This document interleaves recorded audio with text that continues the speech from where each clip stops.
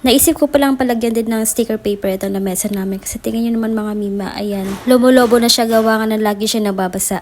Meron din siya mga part na nababakbak na gaya nito mga mima. Siguro nga kasi nababasa siya, minsan natatapunan siya ng gatas o kaya ng tubig. Kaya ayan ang itsura niya ngayon. So ayan, naisipan ko lagyan ng sticker paper kahit yung ibabaw lang. Pinagawa ko na siya sa asawa ko kasi medyo matagal din pala siya gawin. Mahirap din magdikit ng sticker paper doon sa lamesa. Kasi kapag nadikit siya at hindi maayos yung dapat, babakbakin na naman.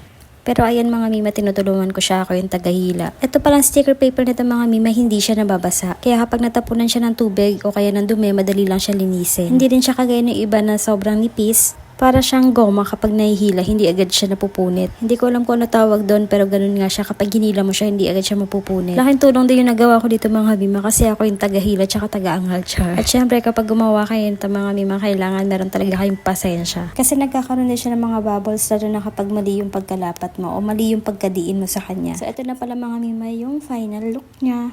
Kung napansin nyo kanina may salamin, ayan, ilalagay ko rin yan sa ibabaw.